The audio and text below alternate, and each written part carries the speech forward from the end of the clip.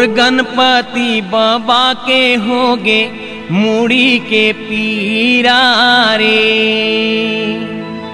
मोर गणपति बाबा के होगे मूड़ी के पीरा रे। सुन सुन के अर्जी लारे मोर गणपति बाबा के होगे मूड़ी के पीरा रे। मोर लंबोदर बाबा के होगे मूड़ी के पीरा रे। मोर गणपति बाबा के होगे मूड़ी के पीरा रे। सुन सुन के अर्जी लारे मोर लंबोदर बाबा के होगे मूड़ी के पीरा रे।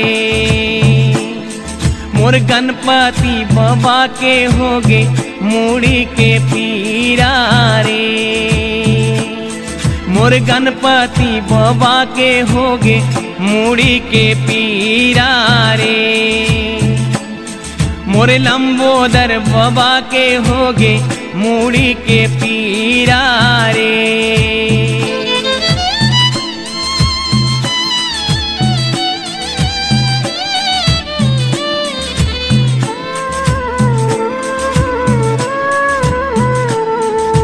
दरोगा बोले चोर पकड़ के प्रमोशन दिलवा दे।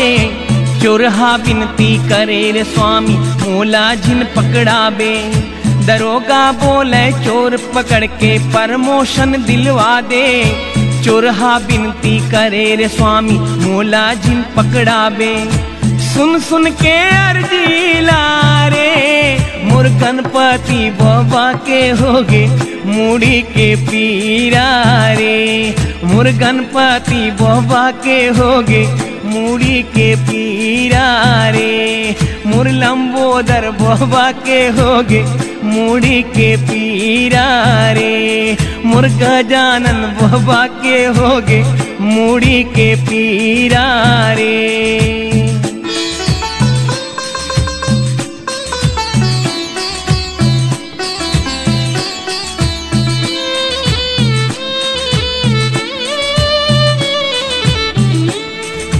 भट्टी वाला बोले दारू के ठेका दिलवा दे।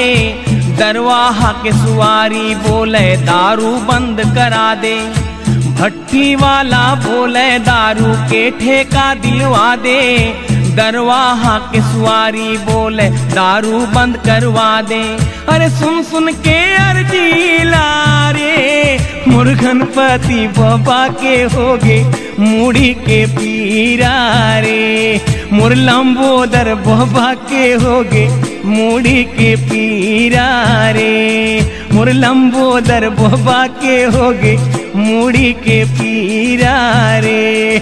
मोर गणपति बाबा के होगे मूड़ी के पीरा रे।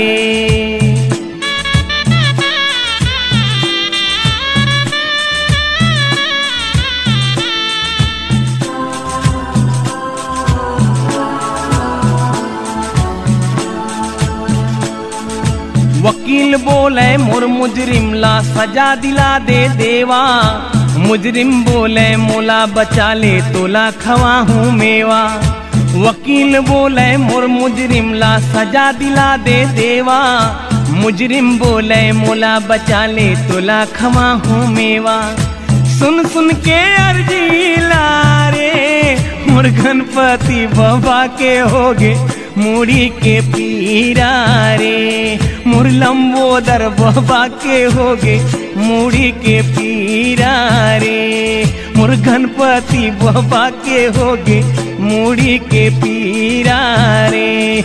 मोर लंबोदर बाबा के होगे मूड़ी के पीरा रे।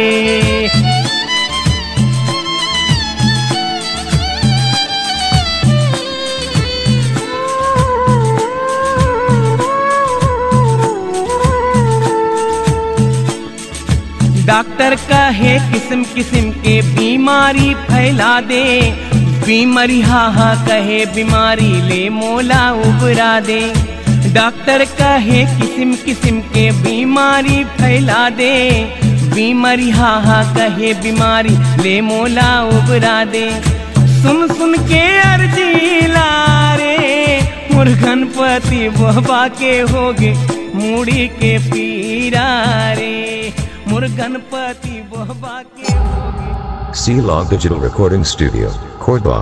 Contact number 9907119215.